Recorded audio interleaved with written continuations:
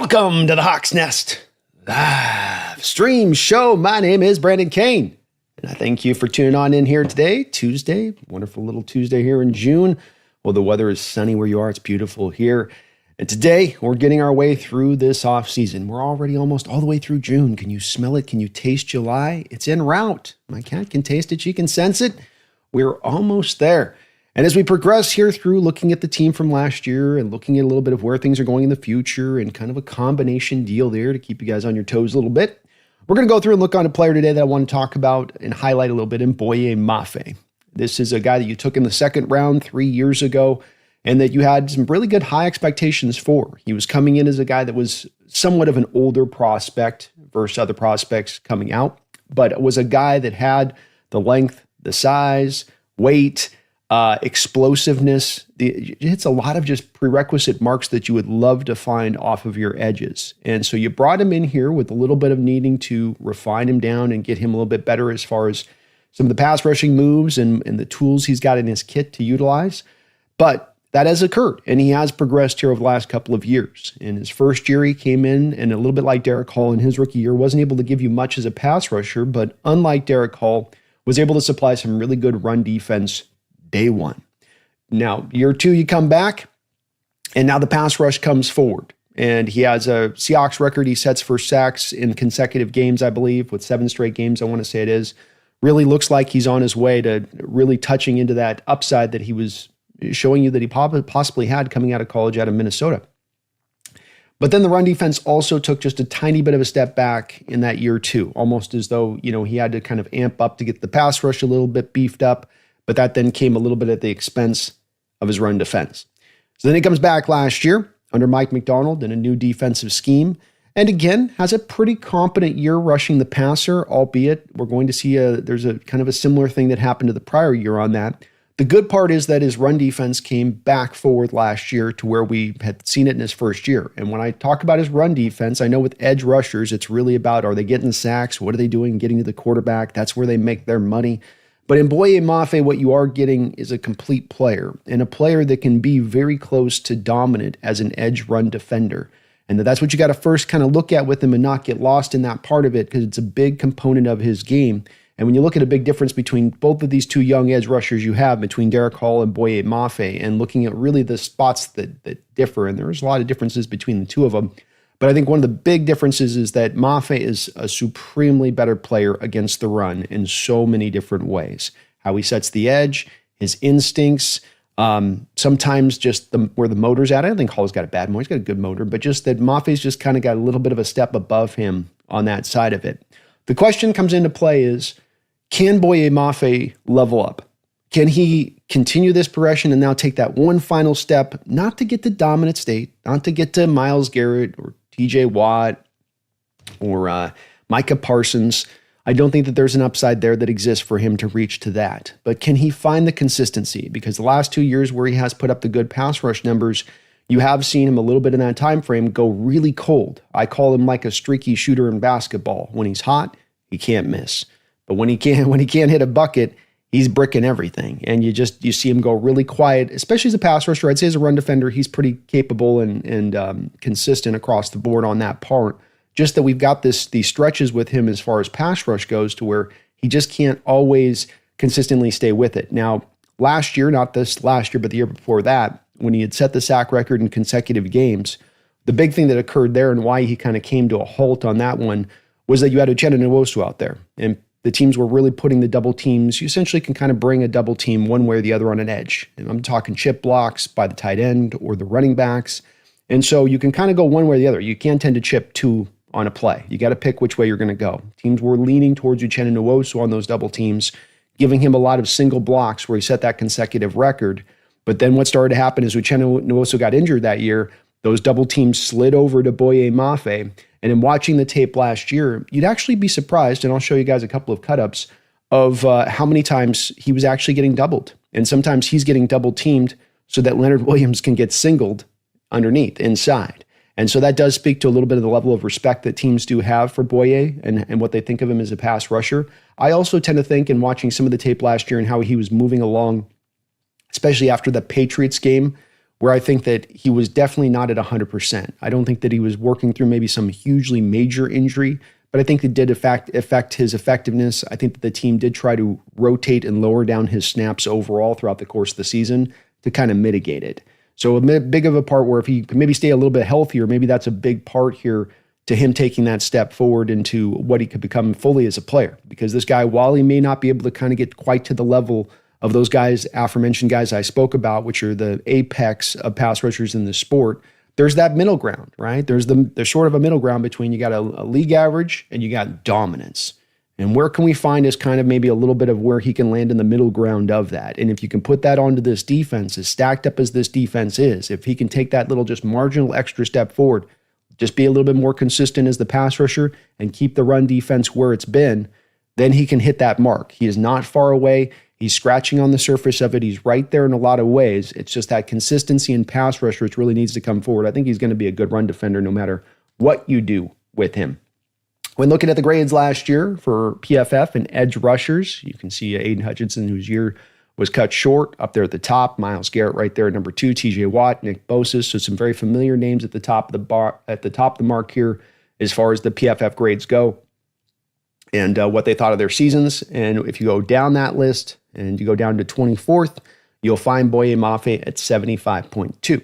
I often say average grade's about a 64 in NFL. So if you're looking at a guy at 674, that's a significant good grade. As I said, he's already in a lot of ways taken these steps forward. It's that little bit final step forward. Can he take, and I'm not using PFF as the end all be all here. This is why I show you guys the tape in addition to this to marry the two things together. But in just general basic terms, if Boye can just climb up, what we're looking for him to do is climb up into sort of that Danielle Hunter area of things, where maybe Vaughn was last year, or Will Anderson, kind of in that, just creeping up into close into that top 10 sort of PFF grade thing.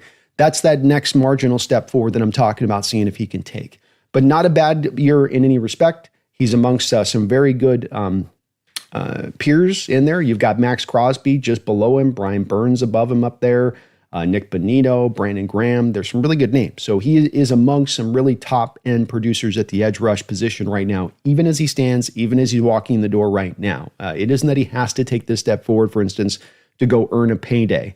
That's not what's at play. If he goes out and has another year like he's had over the past 3 years for the most part, he's going to go make some money. He's going to make significant contract.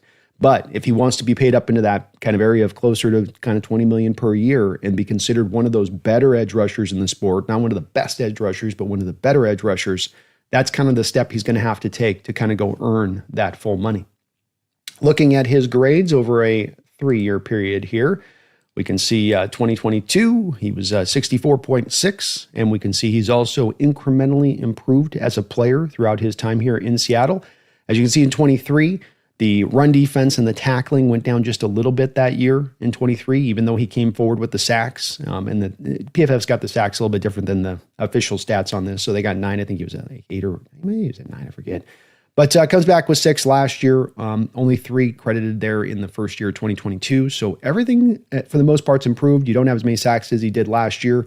But do notice as well, over on the left-hand side of this column, and over where you're going to look at snap counts in the TOT, which is going to be the total snap counts for the player. If you notice, first year, 400 snaps, then second year, 800 snaps, and then last year, only 600 snaps. So 200 snaps removed from him last year from what he had in 2023, which may be a little bit of an explanation for why not quite getting up to the sack numbers or the hurry numbers with the pressure stuff that goes into that. He had 200 extra snaps to kind of get to that production of things. But if you look across the board, he was able to be very consistent as a player throughout every aspect of his game, including, by the way, coverage. I'm going to show you some pretty cool little coverage snaps with him where he's actually very comfortable when you drop him into space and that he can take away a read for a quarterback. He's got that in his bag to do it. So he is taking steps forward as a player. He is improving as a player. The age thing is the part that gets a little worrisome. I think he's going to be 27 or something this year. So he's already starting to, get up there a little bit on the age front of things. But I do think that's where that snap count part does just kind of, to me, point to, I think a little bit of the injury stuff was coming up last year, especially when you consider some of the other edges out there that were playing that weren't up to snuff, which would have drawn you to want to play Mafe that much more. Roy Robertson Harris, Trevis Gibson, Draymond Jones was kind of just all right at times. So I think that that's where maybe there's a little bit of that was impacting that just a little bit. We got some missed tackles, went up a little bit last year. Nothing major as far as an increase, really goes on there. And usually with these defensive end snaps, there's not a lot to take as far as some of the other advanced snaps down the line on this. You can see he's basically operating from the outside mainly. There are times where they'll line him up in the spinner roll, where they're standing him up over the guard on tape, and they will use him in that way at times. He's even got some slot snaps you can see in there that speaks to a little bit of their comfortability with dropping him into space and letting him spot drop at times. But a pretty good year from Boye Mafe last year. It was a steady, strong season. We're looking for him to take that next step in his play. But across the board, he was really good. And so let me show you some of those snaps here to kind of give you the indication of what a complete player he was. And again, why I'm really hoping this year that he can get that final step locked in, because if he can get very close to that, not say dominant form, but in the neighborhood of, then that definitely takes this team and its upside defensively that much further forward as a possibility of what it could become. Because it is the one spot that stands out to you right now where you feel like there's a little bit of a missing of, outside of a Leonard Williams, that, just a dominant guy off the edge. And that feels like the one thing that if you could bring that to this team or have that develop within this team, what a huge boon that would be for this team. But let's take a look here at first the sacks for Boye Mafe last year. And unlike Derek Hall on this one, by the way, I think with Derek Hall, we saw that there was a lot of high effort, secondary pass rush, sometimes a blown block. You're blocked up and the quarterback's just holding onto the ball too long and you're able to go get that sack. I think that there's a little bit more legitimateness to the Mafe sacks at times. There are going to be ones like we would see from Hall, like this one here, where Devin Witherspoon's blitzing off the edge and he just blows it. So off the right side, you see Witherspoon just blow. He's got a free run at the quarterback. I sort of teased when we were doing the play call of the week. This was my play call of the week here from Mike McDonald, because it's a good play call when you can script it up and you get a free rusher at the quarterback. The quarterback's not expecting the guy to get there, and yet he's still. So you've got it set up. You've designed this perfectly. Witherspoon's got him dead to rights, and then you blow it. But it's such a good play call that you still get a sack on the play, because it's just such a lockdown kind of play. But Mafe makes this cleaned up with his speed, his quickness. You can see with him that explosiveness he has chasing down a guy like Bo Nix there. He's got some legitimate explosiveness to him. And he's coming back over to him after going inside. If you look on the right-hand side of the screen here, Mafe, he's actually countering this inside initially. So he's got a long ways to go to get back over and hustle over and get to Nix. But this is really as much a hustle sack as anything else, and cleaning up Devin Witherspoon's mistake. We got the Miami sack here. And what you see as well with Mafe, I think that's a big difference with him coming off the right-hand side here of your screen, is unlike Derek Hall, there's a lot more in his bag too. He's doing a lot of extra stuff on his pass rush, which is just more multiple and more an ability to kind of set up, I think, these edges with how he's playing it. So here he kind of slow plays it first. Slow plays it at first, sort of teases running a Euro step here. So see that little bounce? He's kind of teasing the Euro step. Wants to keep that guy what he's trying to do is get him to sink inside just a little bit. So he wants that tackle to lean to the right shoulder of the tackle. He wants him to stay on that right foot with his weight. So, because the whole time here, Mafe wants to take the edge. Is he pointing? What is he pointing at? I just noticed that. What is he pointing at? I think he just throws the tackle off with the pace of the rush. Just the tackle doesn't know what to do with that and barely gets his hands on him. I always like to say too, quickness, speed, bend, dip. These are the things which, if you have him as a pass rusher, beyond just pass rush moves, they will get you sacks over the course of a season just on their own. And this is as much the dip bend here that he's got a little bit getting around that corner, but shows a little bit of the growth as a pass rusher here. Just kind of set up the pace a little bit. Don't always have to go 100 miles an hour to make the sack. Sometimes you can throw him off a little bit, and I'd love to know what is he pointing at here? He's pointing at something. Oh, maybe the chat knows on that one. Kind of interesting there. The Patriots game here. Now, when Mafe came out, his best move, and he had really one move that he would go to often and often coming out of Minnesota. And he had really 2 points as a pass rusher. He worked off of Minnesota mainly as being kind of a raw pass rusher coming off. The first was an ability to just kind of bust off blocks, to be able to break off blocks subtly, almost to where he could kind of bounce off of a block. I get contact, I bounce off the contact, then I flatten my route to the quarterback and I go get the sack. That was one thing that he showed a real adeptness at doing. The second thing that he would often go to, and probably a little bit too much, it was all he really had in his bag out of Minnesota, was the double-handed swipe. And a lot of times you can run the double-handed swipe off the Euro steps. You step inside, you step outside, here comes the swipe, then you round the edge. You knock the hands down and then you loop and you bend up around the edge. This was the move that he would go to very often out there at college. This is what he's going to go to here off the left side. It gets neutralized. A little bit of double team help trying to come in and help this out. Again, I was telling you guys too about the fact that maybe some of the lack of production comes in at times from the fact that he's starting to get a little bit more attention since not last year, but the year before when he set that sack record for your Seahawks with 7 straight games, I believe. So here, the double-handed swipe gets neutralized pretty well by the left tackle, but then he uses that second skill that I talked about that he had in college, which is just an adeptness at being able to bounce off blocks. See how it's like right here, he's not really doing anything here. Like his hands are fighting. There's definitely some good hand fighting going on here, but he just gets off the block. Just innately just kind of just finds his way off the block. It almost might be the double teamer kind of helps him here by giving him a little bit of momentum off the block too. I think the double team ended up hurting the left tackle, but he goes and he makes the sack on the backside with great chase.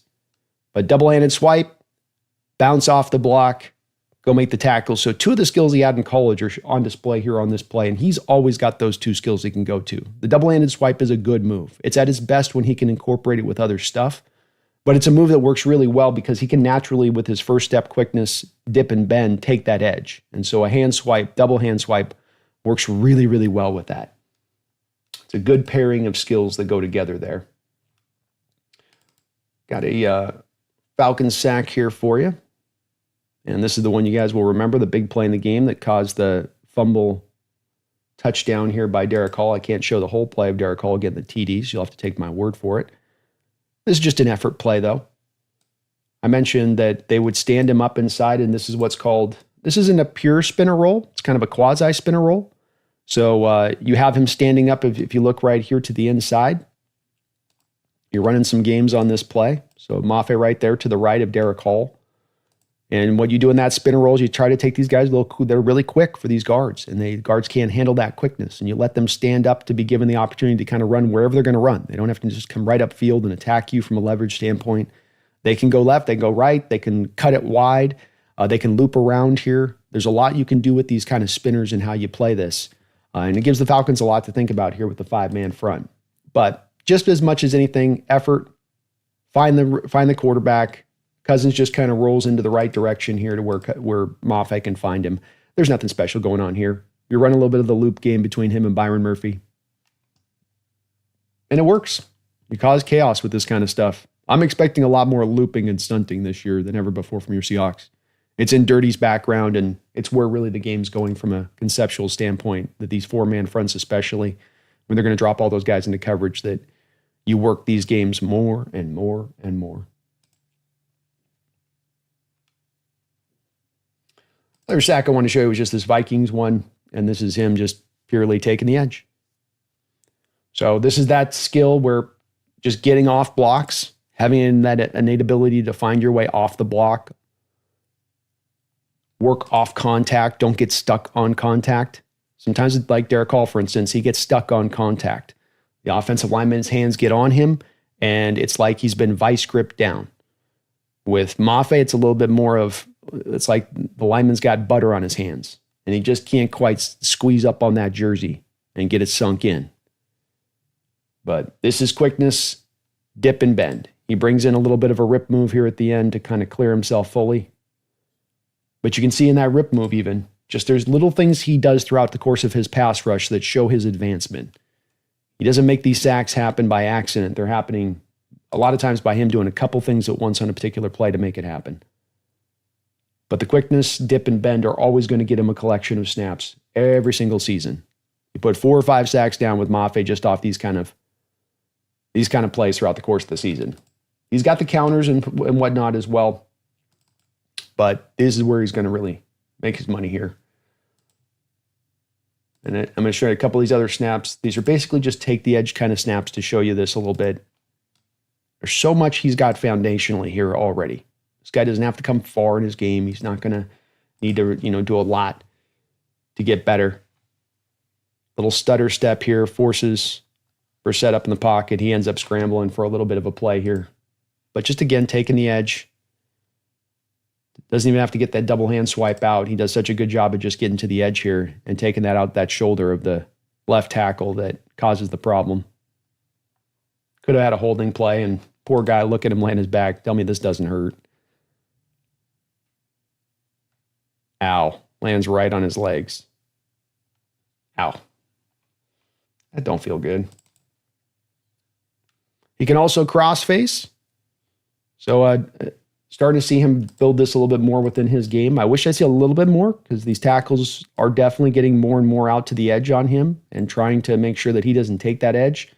So this is going to open up more and more when you want to cross face and go inside. And as you can see here, like when he does it, the tackle's got no idea it's coming. He completely catches him by surprise. And look at that slide. It's almost kind of that just, it's not a Euro step slide, but it's the same kind of almost movement. Very quick, very laterally quick. And I think if he wants to try to keep the edge a little bit more open for himself at times, attack in this way when he gets the opportunity. Because he's pretty successful at it when he does it. You just don't see a lot of him doing it on tape. Most of the time, it's going to be just like this, where I'm just going to go grab the edge. And here against one of the better left tackles in the sport, Garrett Bowles. I think Garrett Bowles gave up more pressures in this game than he had for a couple of years. Mafe was just really dynamite in this first game against him. But, I mean, he almost doesn't touch him here. And I don't know if he's not expecting, by the way, you can't say Bowles is expecting a chip block here from 38 because it's a throw to 38 the whole way. It's a little throw to the flat the whole way. So you can't say that. He just whips his butt. It's that wide 10 I keep telling you guys about. You got your wide 9. Let me show you guys. I want to show you guys this again.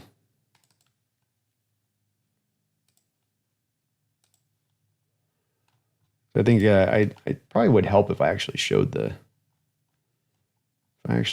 thing here while I'm showing the thing. Show the thing while I'm showing the thing. Okay.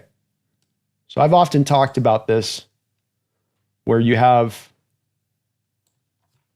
essentially your zero tech, and then it counts kind of out further that you get away from the center. So 0, 1, 2, 3, 4, 5, 6, 7 tech, right? Why is the 7 tech to the inside and the 6 techs to the outside? Who knows? Some things don't make sense in the NFL. But then on both sides of the line there, you can see the 9. And do you guys notice that the 9 is going to be outside of the shoulder of the tight end? So if Garrett Bowles had a tight end next to him, you would have their Mafe just to the outside of the shoulder of the tight end in a 9 technique. But can you see that he's even a little bit extra more wide out than that?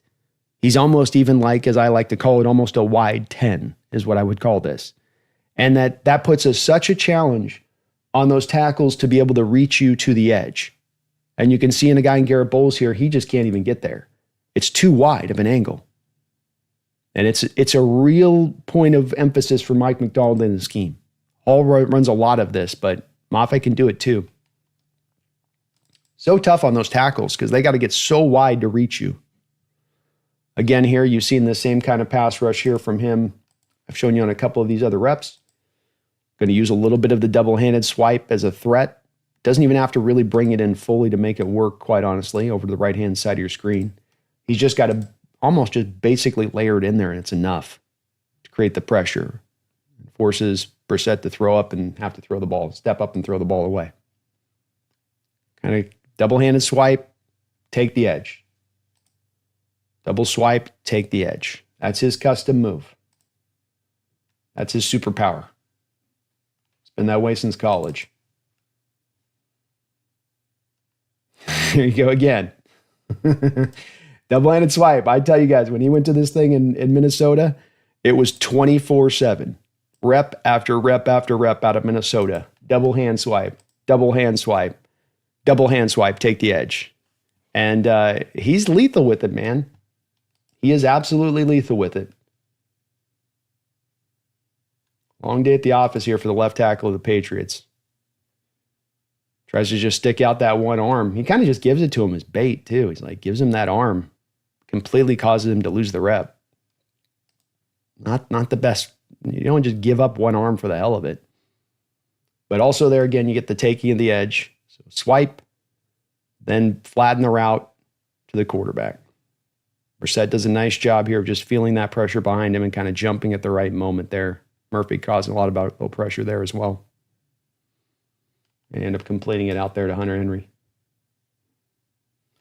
So the pass rush is legitimate. Absolutely legitimate. Again here, this is going to be a little bit of a Euro step on this sack. End up getting called back here due to a penalty. I think he had illegal contact somewhere in the secondary on this one. Might have been Job. But this is going to be a little bit of the Euro step with the double hand swipe. So Euro step is you take one step in, one step out. One step in, one step out. Step in, step out. Step in, step out. Flop the hands. Step in, step out. Clear the hands. So this is a little bit of a different look from the double hand swipe because what he's doing with the Euro step. You challenge a little bit to the inside. You're trying to get that lineman to sink back to the inside shoulder with his leg, basically lean to the left leg to clear himself of the crossface. You're trying to challenge him on the crossface there just a little bit. Look at the technique by the Bills tackle here. See how his foot's just a little bit to that left side, his left side. It's just a little bit of a lean. That's all Mafe needs is just a little bit of a lean here with that Euro step. And then I swipe the hands out. I clear it. Sack, fumble. This is not the pure double hand swipe. This is the Euro step with the double hand swipe. Like I say with him too, he's just got a little bit of extra that he brings on this than just purely simply just one or two moves in his bag. He's got a couple of moves in his bag. Let's get you a Trent Williams rep here. Trent did a pretty good job on him in this game. I ain't gonna lie. They weren't matched up all the time. But not a bad rep here going up against the old man on this one. Able to get him with a long arm bull rush here. If I remember this right. Yeah. Get him with a little long arm bull rush. Cause the pressure. Force it back to Draymond Jones. Look at him walk back Trent Williams. That's one of the stronger tackles in this sport. And remember with Boye, this isn't Derek Hall. Derek Hall is the long arm bull rush guy. Derek Hall is the bull rush guy. But this is that thing I talk about where Mafe's got a lot in his bag. He's got a little bit more in his bag than you have in other edge rushers. He's got some things he can go to, including this long arm bull rush. How about as a run defender? I said that he was a grade A run defender. This is a guy I believe is a top 10 rated run defender in this sport by PFF last year. And he has been outside of 2023 very strongly graded in this side of things. So he's going to be on the left-hand side of your screen here, 53. Just the instincts on this play. So he's first got to set the edge here. That's his responsibility, but he reads this play all the way as being an inside run and just blows this thing up. Doesn't make the tackle, but absolutely freaks the running back out. And good job by Rashawn Jenkins getting in there too to make some hay on the play. Instincts are a big part of this. He's strong, he's powerful, he can tackle in space, but also just really grade A ability to read the play. Here's again, unblocked on this play. In that little bit of that wide look to the left side again, widened out, long way to go to get to this inside side zone read. He goes and he finds it. Very instinctive as a run defender. One of the better run defending edges in the sport right now. And I will tell you this, that the offenses around this league know it. Because in rewatching a lot of the tape from last year, there was a lot of hesitancy to run to his side of the field. When he's out there on the football field, you feel a lot of the opposition trying to go away from him. and for this very reason. So kind of an outside zone run here. He's got to first set the edge on Hunter Henry. So set the edge. You got to make sure the running back doesn't get outside your left shoulder. Reroute everything back inside. That's your first responsibility. That's your main responsibility. Now, once you've done that and made sure that you've done that, go make the tackle. Set the edge. Force him inside. Make the tackle inside. This is letter freaking perfect. You cannot play this better than he's playing this on this play. Doesn't get moved back at all. Taking care of business.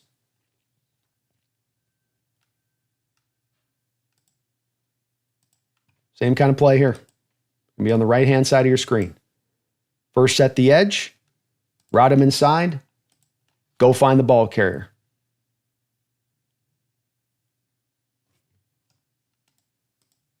Set the hard edge. Force him inside. Go make the tackle. There's two things he's doing at once here. There's a lot of edge defenders that'll just say, look, I'm going to set the hard edge and force this inside, and my linebackers need to go make this stick. You can see with Dotson, he gets his ass blocked off. He ain't coming back in to make that play. He gets stuck on the second level block of a tight end there. Thank God for Mafe on this one.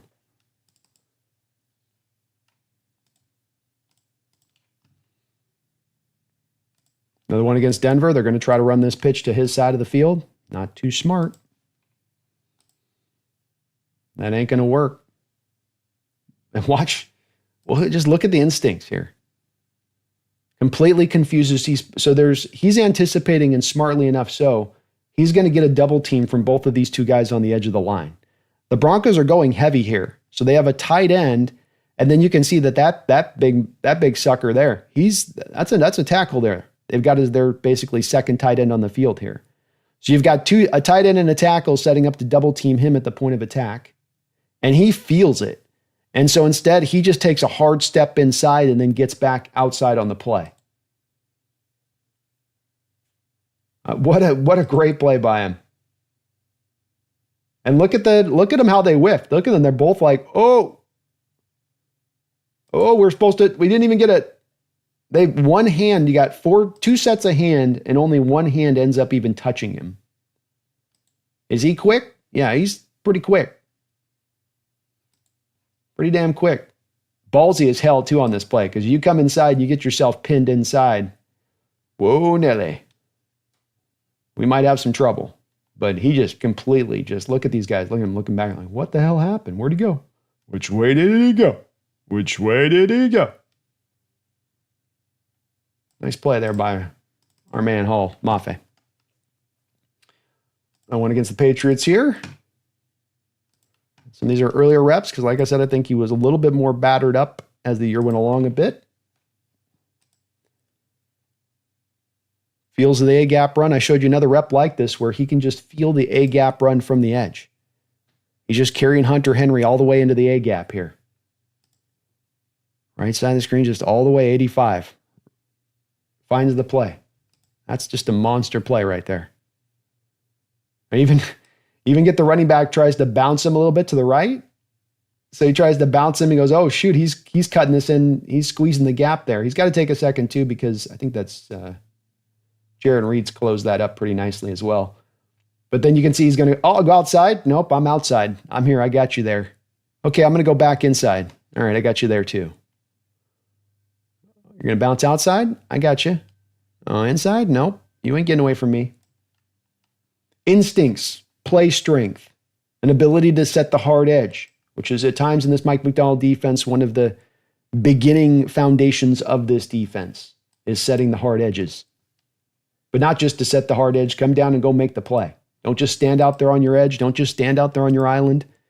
Get down, get out of your wide 10 technique. Remember I called it wide 10. Well, look at this. There's your tight end right there to the right side of his shoulder, but he's even further outside of his outside shoulder. Long way to go on this play. Over on the left-hand side of your screen. Bears decide to leave him unblocked, and that is a mistake. How dare you? The disrespect. The disrespect. I'd blame it on Waldron, but he was fired by this point. Nice little play in the run defense there. Don't leave this man unblocked. How dare you? How dare you? All right, we got him over on the left-hand side. Uchenna over on the other side. Hard edge, go find the ball carrier. He can be getting off the block here and still go find the ball carrier inside. It's not his responsibility, really. Responsibility is to take out the edge, make sure the run back doesn't go out that way. But he's not trying to do the bare minimum. Love his effort, love his hustle in the run game. And it's been there with him since day one as a player. Since day one.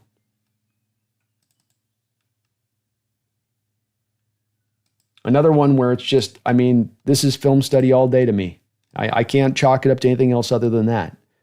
I've shown you a couple reps like this with him in the run game where he's just going to go find the ball carrier. Yeah, there's no setting an edge. He just knows this ain't coming out to the edge. This is an inside zone run. There's no threat here.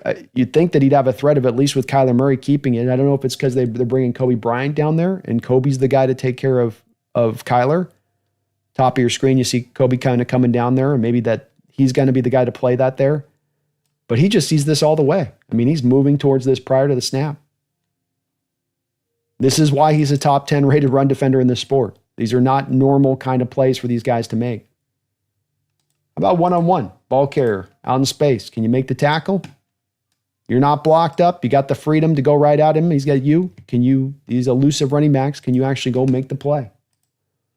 Pitch play outside, unblocked. Breece Hall, taken down. I don't know why you'd leave this guy unblocked, especially if you're going to run it to his play side.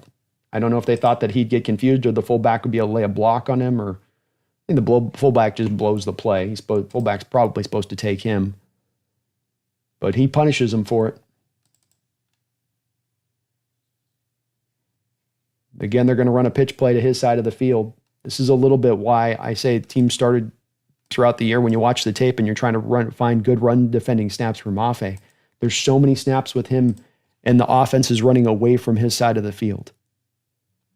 And you can see already on a couple of reps I've shown you, you're not going to be able to block him with the tight end. Here he kind of shades off. He gets kind of doubled here by the tackle and the tight end. See that? You got both their hats on him here. This looks like, maybe trouble here a little bit. Jones plays it really nice and aggressively, by the way. Forces that tackle to come off and have to block Jones. And the second he does that, Mafe can get in on the tackle. Double team's got him initially. Second that double team goes away, he goes and makes the tackle. And Jones plays it so aggressively that tackle doesn't have time to peel back on him and make a block. Well done by both of those guys on this play. But first, set the hard edge. And this is playing this defense. First, set the hard edge. The guy doesn't get outside your outside shoulder, even if you're blocked by two men. He doesn't take your outside shoulder. This is a pitch play. It's trying to get out wide. It's not trying to cut this up the field. But Hall's got to cut this upfield because Mafe set the hard edge. He's got to cut this upfield even though he's staring down the barrel of Ernest Jones. First the hard edge, then go make the play. I keep noting this because this is such a hard thing for edges to do. 2 and 1 like this. You get guys that'll do one, but not the other. And it's absolutely elemental to this defense. Last rep here in the run defense. Just want to show one more here. Got him there, to the left side. Two tight end look, two tight end look to the side, to his side of the field.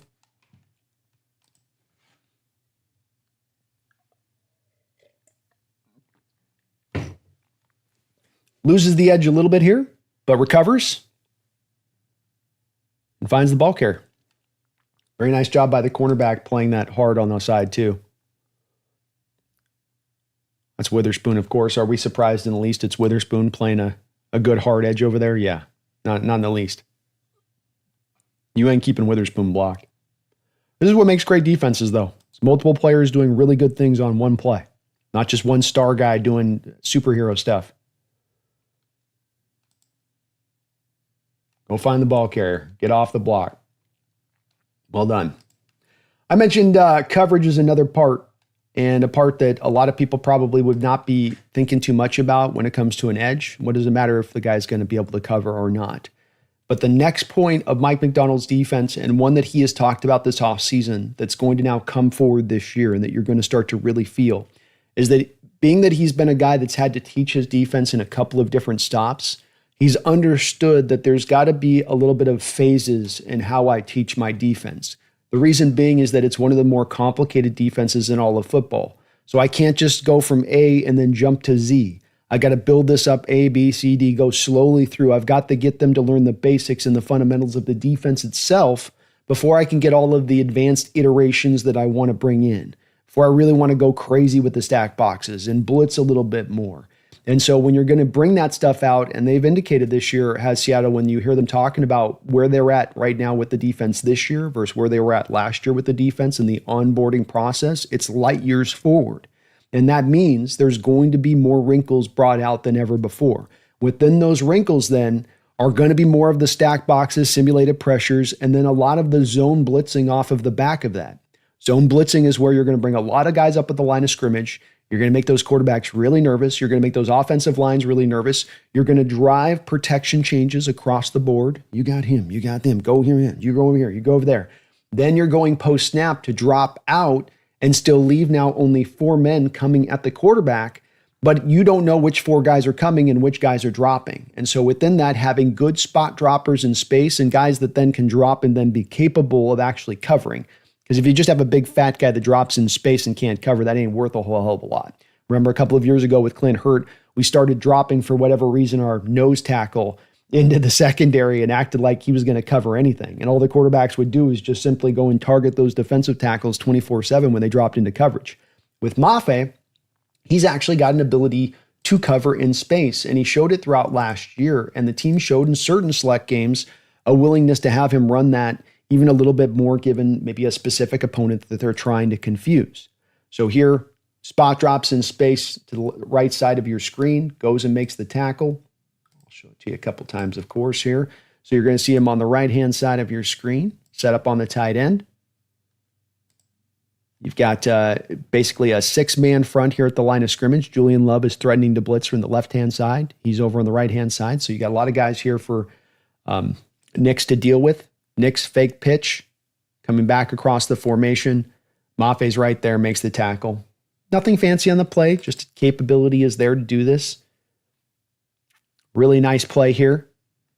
Again, a zone drop on Brock Purdy, trying to confuse him a little bit. This is that spinner roll that I talked about that you'll put him into sometimes, where you're going to stand him up over the guard.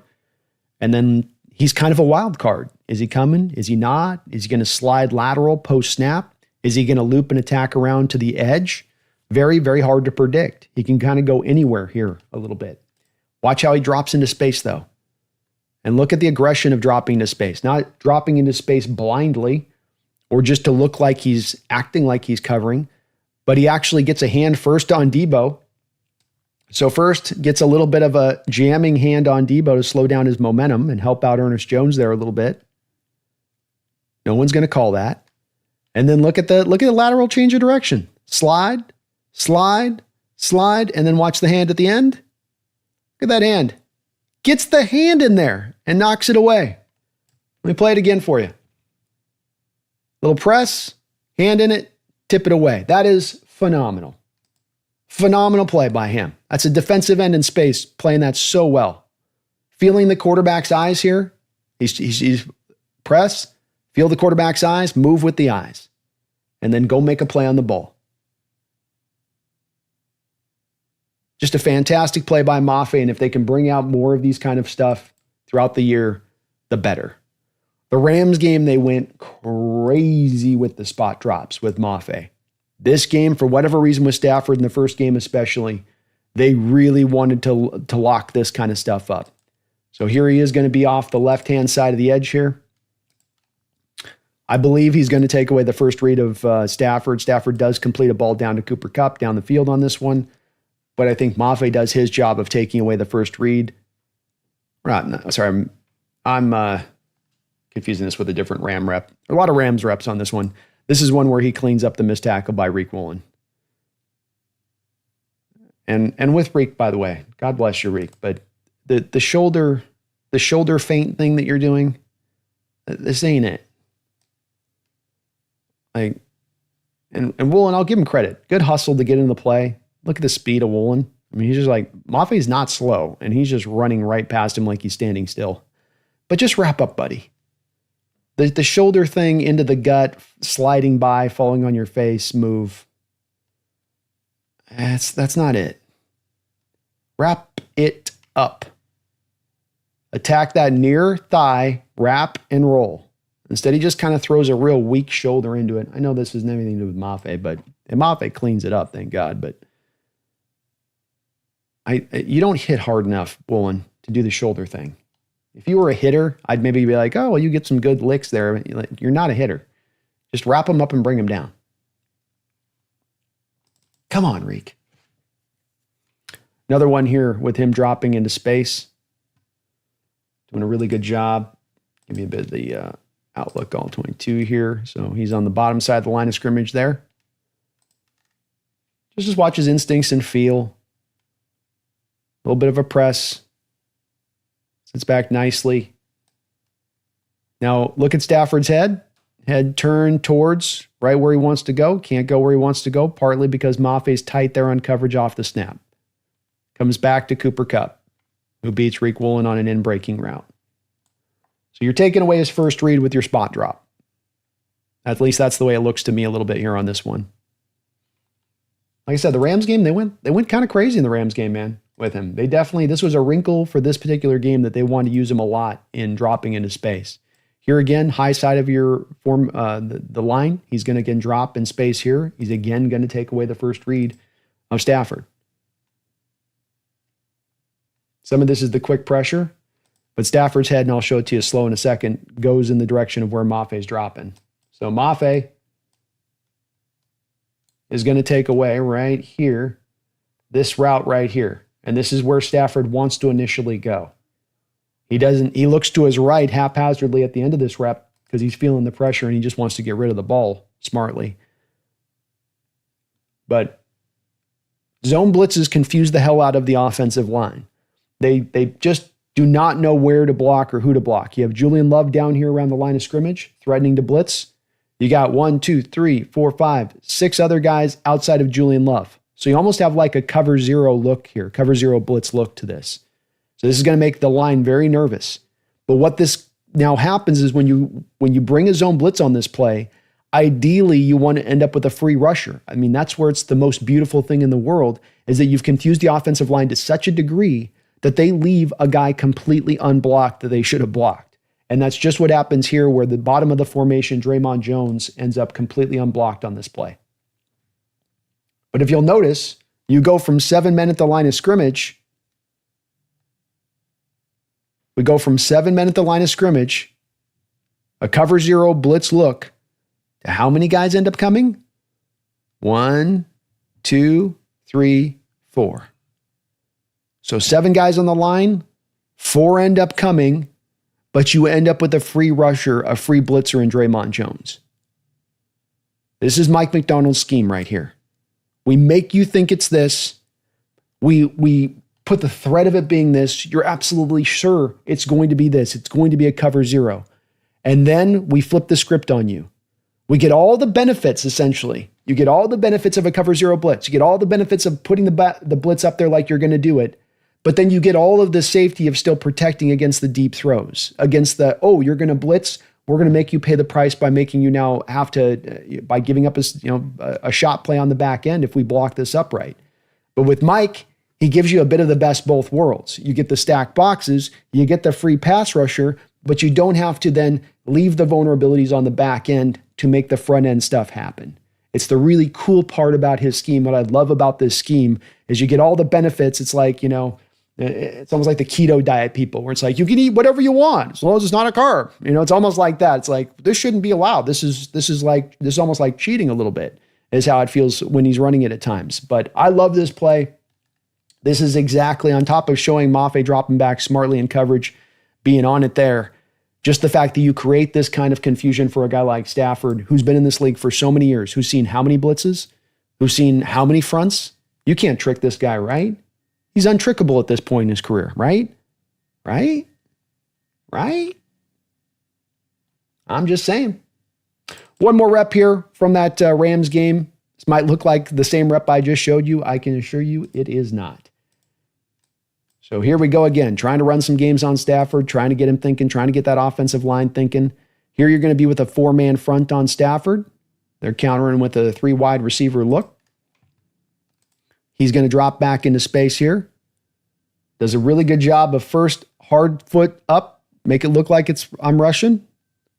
Don't just drop into space, but make it look like you're actually going to challenge that tackle. Drop off that side. Seahawks run a delayed blitz there with the linebacker, I think that is. And Dotson.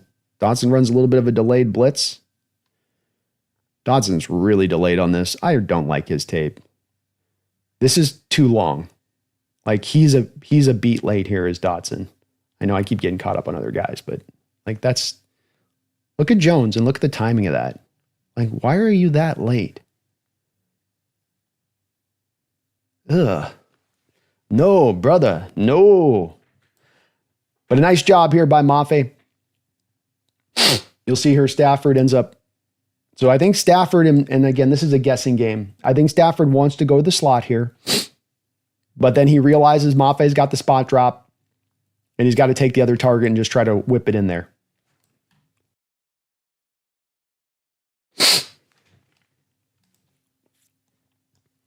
So a good little spot drop there by Mafe.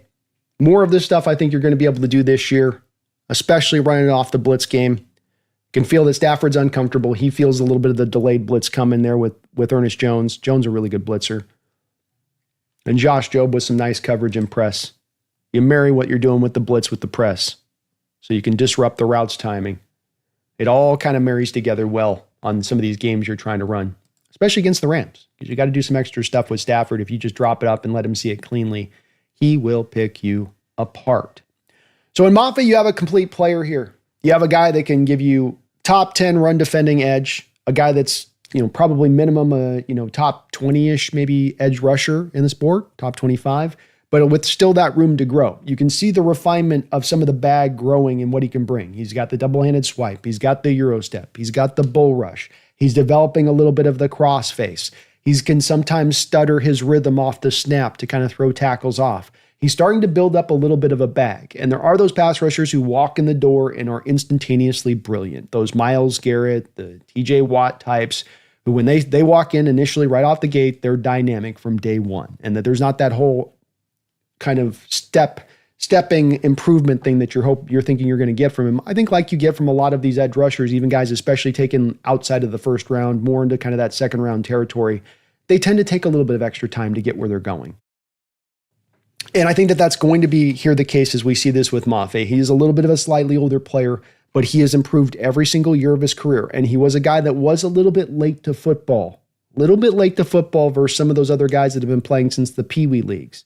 And that's got to be taken into account here as well, is that though you would look at guys that are a little bit older as players like Mafe heading into being 27 years old and you go, boy, he's kind of developed fully at this point. He's kind of advanced as far as he's going to advance. I don't think that this guy's going to get much better. I think he's the rare case where there's actually reason to believe that he can get better and that he can improve, being that he was the guy late to the football and that he has such great natural gifts in his bag. First step quickness, dip, bend, an ability to use some fairly good long arms for the position and what he brings with that. It all can come together here, hopefully, for him this year. And if he can be the guy to give you that top 10 run defense from the edge and then be a guy that gets you up into double-digit sacks, 11, 12, dare I say 13, and you're getting the pressure and hurry numbers that go with that, and that he sets high water marks and all the way across the board, that's where we get to more of a closer look to getting to becoming a dominant defense. Because if you're bringing him from that edge, and you have Uchenna, and you have Derek Hall coming, and you have DeMarcus Lawrence bringing what they're going to bring from their contributions, knowing what we're getting from the rest of the defense, this is how we get to that place of being a top 5 defense. Hall takes some steps forward, especially in the running game, but then you get in Mafe, that final step forward he's going to take to his game, realizing his final form.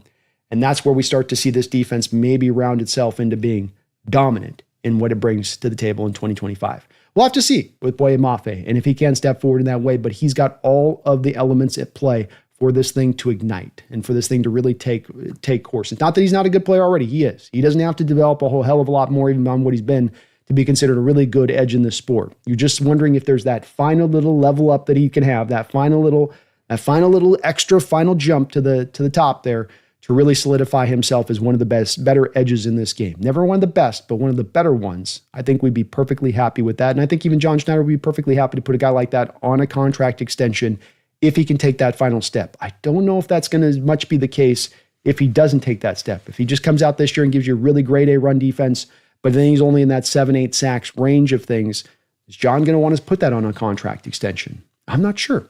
I'm not sure on that one. You guys let me know, though. Do you think Hall's got himself a 13-sack year here? Do you think he got that extra level-up step that he can take to his game?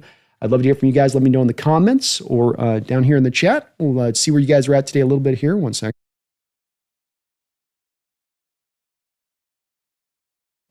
Hope everyone's having a good day today. If you can for me, please do hit that like button. You guys know I always ask you to do it, but if you can do it for me today, I would really appreciate it. It's helping out tremendously in the growth and showing up all over on the algorithms and whatnot with YouTube. So when you guys are hitting that like button, smashing it, destroying it, it is helping me out in a big, major way. All right, let's see where everybody's at here. Holy Hand Grenade, thank you for celebrating 22 months, almost 2 years as a Hawks Nest member. Should we make a move for the Bengals first rounder? I'm definitely open to it. 100%. I'm open to it. HHG. I think that, you do have a guys in a Hall, and you do have a little bit of some glut of edges here that I've wondered a little bit about if one of these glut of edges could be used in order to go make a trade at another position, potentially to upgrade to get you a difference maker. But if the Bengals situation goes south and the Bengals are in a position where they're in an impasse with Shamar Stewart on those contracts, and that it has gone pretty dark there, it seems like, as far as how it stands, then maybe you have a position here where you can find a way to pull him free. It'd be hard to make it happen because in the Bengals case, you're not getting back even the first rounder that you gave up to get him. You're gonna get back like probably a second rounder, maybe plus at that point in what you get back in returns. And the Bengals are an organization that's already been very hesitant to make these kind of moves in the past, just when everything's all good and they can get kind of max value back for a guy.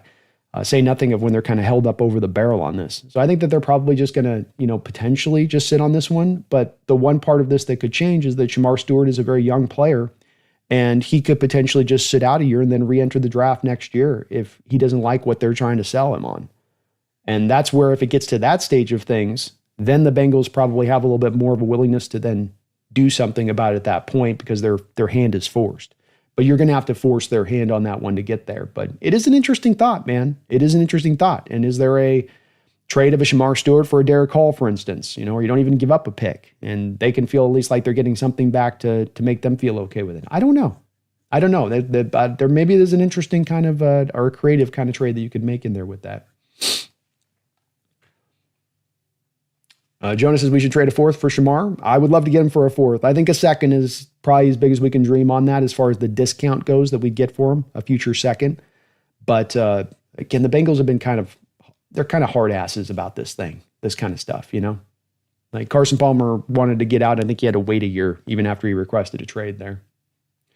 Kyle says from South Park, if you had to trade one of them, Hall or Mafe, with a second round pick to get Hendrickson, which one would you rather trade? I'm a sucker to keep Mafe because our moms both passed due to the same rare cancer. I'm sorry about that, Kyle. Sorry for your loss on that one, man. That's rough. I mean, that's really rough. I have been a guy that's pretty strongly in the realm of thinking that I would rather go with Mafe moving forward. Hall does have 2 years of contractual obligation versus Mafe being a free agent after this year. But I do think I have a lot of reticence to believe that Hall is going to come really far forward as either a tackler or as a run defender. And I think that doesn't mean that he doesn't have some value out there and that there aren't going to seem some teams out there that might not see it exactly the same way I see it. But I think that if I had to look at, moving a guy here and moving a guy there and then including the pick, that would be the guy for me. And Mafe, I've got the run defense he brings, and then he brings the pass rush. He's not just a one-trick pony. With his pass rush, he's got a more multitude of moves. That's the other thing with Derek Hall is I don't know if he's advanced a lot past the bull rush and the long arm bull rush. Those are kind of his only two moves that he can kind of go to. That's it. And there's not been a lot of advancement beyond that. Whereas like I talked about earlier in this show today, Kyle, where With Mafe, he comes in with a double hand swipe, and that's pretty much all he's got. And he's advanced a long arm bull rush. He's advanced a cross face move. He's advanced the Euro step, and changing his pace sometimes as a pass rusher. Every time Dark Hall comes off the edge, it's just 100 miles an hour coming off the edge and just trying to be powerful and explosive. And that's cool. It can work, but he doesn't have a lot there that he goes to then beyond that. Seth says Uchenna would be the first person I'd trade, then Hall, then Mafe. I'd go that order too, Seth. I think with Uchenna, I just don't think there'll be a lot of value to moving him in a trade at this point with having 2 straight seasons of being fairly well injured. I like Mafe, but IMO, he's a bit more of a Nwosu solid player, but not worth breaking the bank for. Hall, on the other hand, has the burst explosion. If I had to choose, I'd take Hall over Mafe. That's fair. And looking at both their 2 games, from my standpoint, I find myself on the other end of the scale because I just don't know with Derek Hall that looking at a lot of his sack numbers, a lot of the pressure numbers last year, sometimes coming off just hustle and set the quarterback kind of holding on to the ball a little bit too long. But you could sell me on either one. I can certainly understand not wanting to break the bank for Mafe, and I wouldn't want to either where he's currently been. He's got to take another step forward in his game. If, to your point on that AA, if we're going to look to give him a break the bank deal, then you got to come pretty far. You got to come a little bit more forward than that at that point. I think that's fair.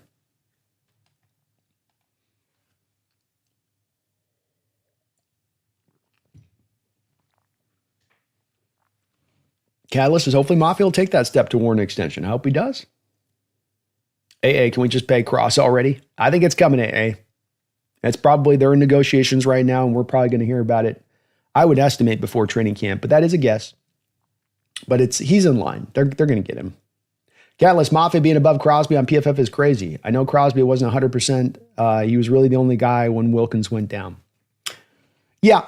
And Crosby has a little bit of a tendency to freelance in that Raiders defense at times. I'm not saying that he shouldn't be considered as one of the better edges in the sport, Catalyst. He absolutely should. But there is a bit of the reputation there with Crosby at times where in the run game, he'll sometimes get a little bit wild, out of his gap, out of control at times. You can maybe make the argument like you're saying there a little bit, like Wilkins goes down, and what else do you have in the defensive line?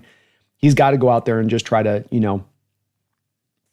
dominate every rep, every way through, rather than just kind of play into its role within the defense. But I think that that's probably what dinged Crosby last year was there was probably just a few too many of those reps throughout the course of the season where, he's obviously leaving his gap, that gap gets intact, and that's a negative grade, at that point. Catalyst, what the hell are the Bengals doing? My theory on this one, Catalyst, is that they blew out all of their money. So this is all about guaranteed contractual language, and guaranteed money goes into the escrow. You got to come out with it. You would think that they'd have the money to do it.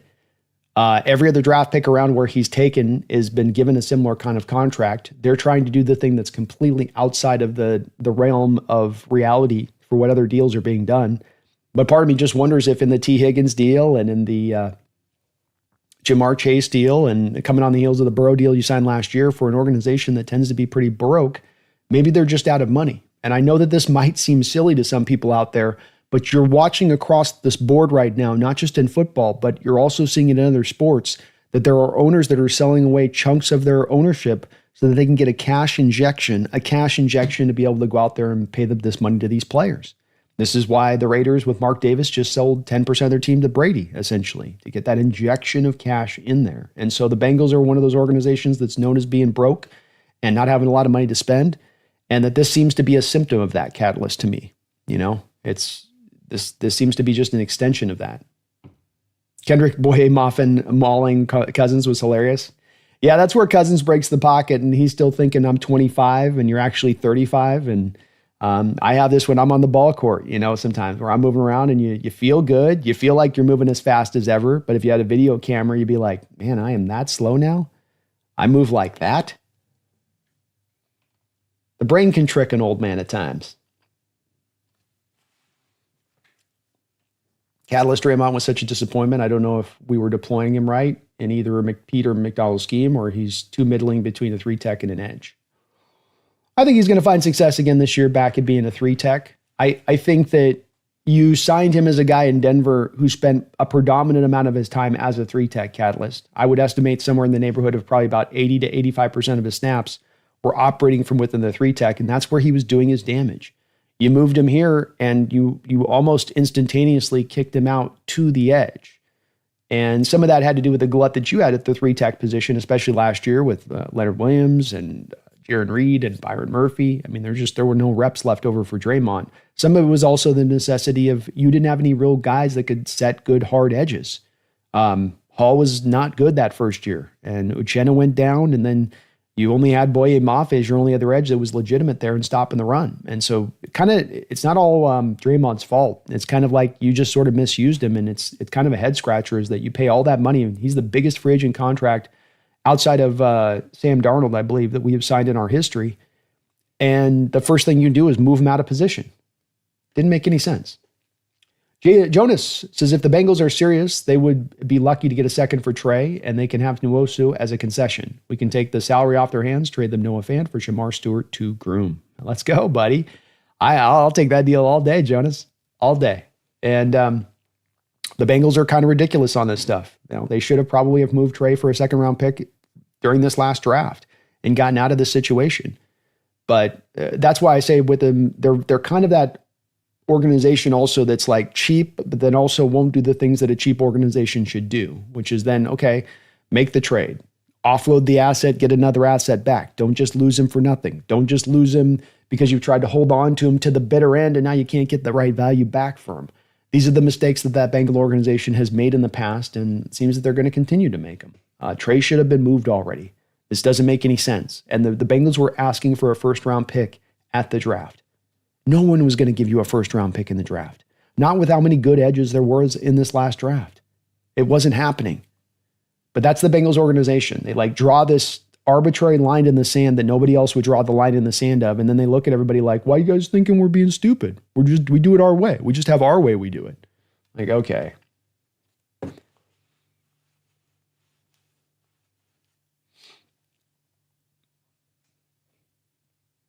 Our defensive line has Reed, Williams, Hankins, D-Law, and that's 32, 31 years old, 34 years old, 33 years old. Please note Hendrickson at 31. Good Lord. What are we trying to do? Achieve the oldest defensive line in NFL history? Hey, I'm with you. Hey, preach AA.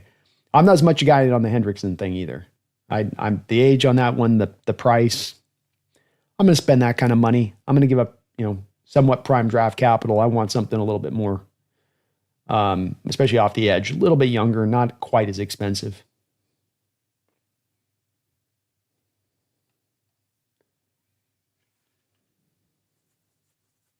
A Dogzilla Trey Hendrickson is 31. I think he's going to be turning 32 this year.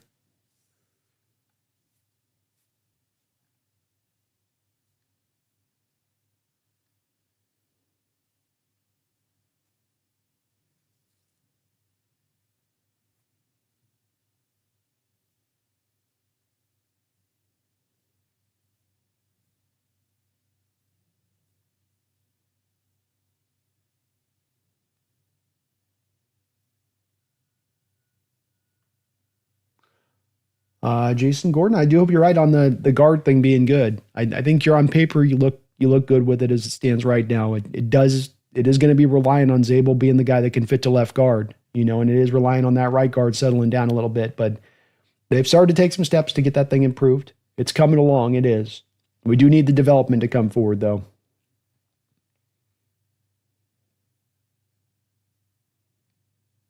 Yeah, I agree, Jason. Olu's at least a functional, right around league averages center. And that's fine. In a lot of ways, what we're trying to avoid is these weak links on the offensive line that just sink the whole damn thing, which has been a problem in recent years on our offensive line where you just have too many multi-weak links going on at one time. I think they're starting to kind of avoid that. But it is going to be based upon guys developing and getting better from where they've been on film.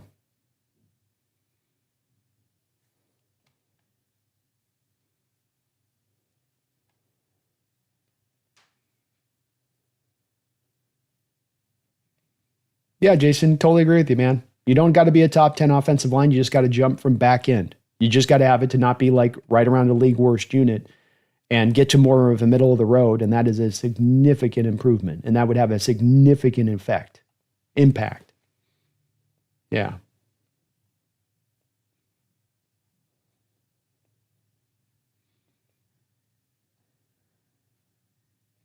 Dogzilla, what new players do we have on D besides rookies? You got DeMarcus Lawrence. And then that's about it. You're returning all your starters, Dogzilla. Emawari. All right, that's another one. Nick says, Woolen thought he was Sherman on that. Boy, did he ever. He's got some of those throughout the last couple of years with him where I'm just like, dude, that's where I sometimes get annoyed with him. Where those are the kind of reps where I get very much in the, come on. You at least look like you're wrapping up, you know?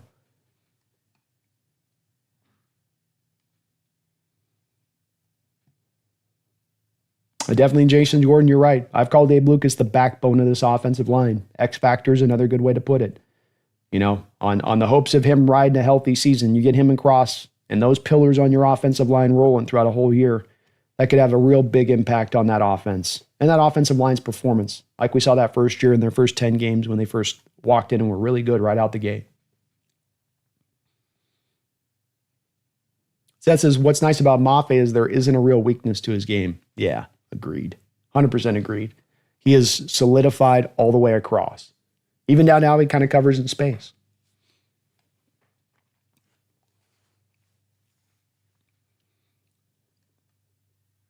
That says, got rid of Draymond, got D-Law. Huge upgrade. Definitely a big upgrade there. J.J. Johns, I feel a BM coming on.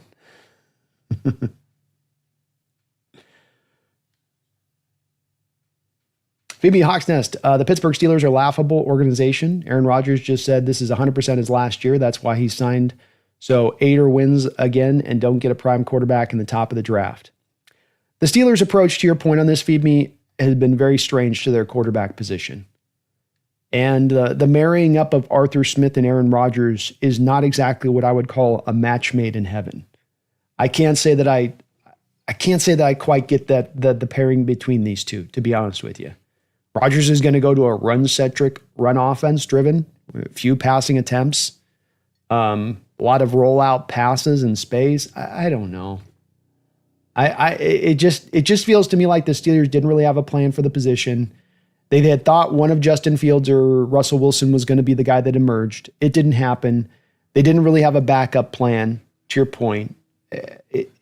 I don't really understand what their Steelers do. And you're right. They're just kind of caught in an in-between place. And it's like I always say, the worst place to be stuck in the NFL as an organization is not to be bad.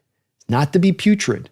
Like that sucks, but there's a lot of reason they might end up with the first round pick. Hey, we might find our quarterback. That is not the worst thing. The worst thing is being stuck in the middle because you are stuck there for an indeterminable amount of time. And the organization just tricks itself every year to reinforcing itself into that purgatory state. And there's no way to get out of it sometimes when you're stuck in it. And organizations will get stuck in it for decades on end. And they just can't snap themselves out and make that realization to just kind of cut the cord, bite it on 1 year, flip this thing around, and let's start to try to move this in the right direction. Seth says, I'll be honest, I'm over Uchenna. The best ability is availability. He hasn't had that. Last couple of years have been a bit rough with him. Sure is hard, though, to hold him account on when he gets a dirty hit like that one by Wyatt Teller, a hit that was literally legislated out of the game for the very reason of what it caused in the injury to him, being that this is the kind of injury that if you cause it with these kind of dirty hits, you can not only remove a player's ability to play a whole season, you can take out a player's career. You know, there's been many of the players, I'm sure, with those kind of hits that have not had their legs the same after that. It's kind of hard on that one with it, but I get it. I get it. You signed that contract extension, and he's just not been able to stay out on the football field. Same thing, he's the fans who don't like Cross annoy me. If Seattle doesn't pay him, many other teams would. It's not like he's had some elite veteran to learn under. The O-line has been terrible from the inside. Yeah, there's a little bit of a weird narrative at times with Cross out there, but from some of the fan base. I agree with you there. I've been trying to bang the drum on him about how good he's been, but I remember even last year seeing videos come out of Charles Cross, a bust? Is he? I'm not saying he is, but maybe? Like, what are we talking about here? No. HAG, I'm going to start spamming the roundtable chat with donos once we beat the Niners, asking Jesse, what are you going to do now that your season's over? Yeah, I'm looking forward to that game. I'm going to get a custom hat HHG too, because whoever loses, of course, I've got to bet with Jesse that whichever team loses that first week, you have to wear the hat. I've never worn Niner colors in my life. Never wore Niner apparel in my life. And if we lose this bet, I might have to do so. So I'm going to get a custom hat made. It's not only going to be a Seahawk hat. It's going to be like #1 fan. Go 12s.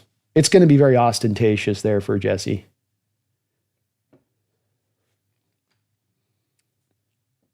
And he does great work over there, Seth. You're right about that. Nick, Cross, Woolen, and Mafe, I think we should all be extended by the start of the season. We realistically have extended Woolen last year. His price went up post J.C. Horn resetting the market. Yeah, I don't know if they're going to look to get all those guys done prior to the season. It's possible, Nick. You got the money to do it if they want to. But I think on some of those guys, they're going to want to see a little bit more, especially for what one of those guys might demand salary-wise. Like you say with Woolen. Would you even want to? I mean, J.C. Horn made $25 million per year, right, Nick, as far as his contract extension on a 4-year deal. Would you feel comfortable right now giving Woolen $20 million per year? I'd be a little bit hesitant on that one. And that's, five under where Horn came in at. Cattle says Cousins' bloody nose after Mafe's strip was crazy. Yeah. I think the helmet hit the nose, didn't it? It kind of forced it down. Something like that. Save the Geese, I'd pay Cross and Mafe. I just wish they were elite because those two positions demand a lot of money. They do. And I think in Cross's case, I'm a little bit more willing to pay that one out ahead of time, but you touch on the reason why I'm a little bit hesitant on getting the Mafe deal done right now. I think his people will ask for somewhere between 17 and 20 million per year, and I don't know if I'm comfortable paying that to Mafe right now. I think I want to see a little bit more if I'm going to go up to that mark of things. That's a little bit rich. Nick says Bengals only want his rookie season guaranteed, which is not something any other NFL team does with first-round picks. Finding out Arthur Smith's dad was a billionaire and Arthur does this for the love of the game has made me respect a hell of a lot more. His dad is the founder of FedEx. Oh, wow. I didn't know that, Nick. Yeah, that is super cool that he's doing it for the love of it. I love that, man. I love that. If you have football in your blood, you got football in your blood. Doesn't matter what you've come from as far as your background goes. And you're right, the Bengals are being ridiculous. There is no but if. There is no, there is just, you guys are a silly organization that at times has been the laughing stock of this league at times. And it's for reasons like this. Do you want to be the laughing stock or do you want to be considered a legit organization? And, they can't seem to make their decision on that. And they always come back and fall back to, well, we just do our business here differently than everybody. No, you do it dumb. That's another way of saying you do things stupidly. And you trying to cover up for it a little bit.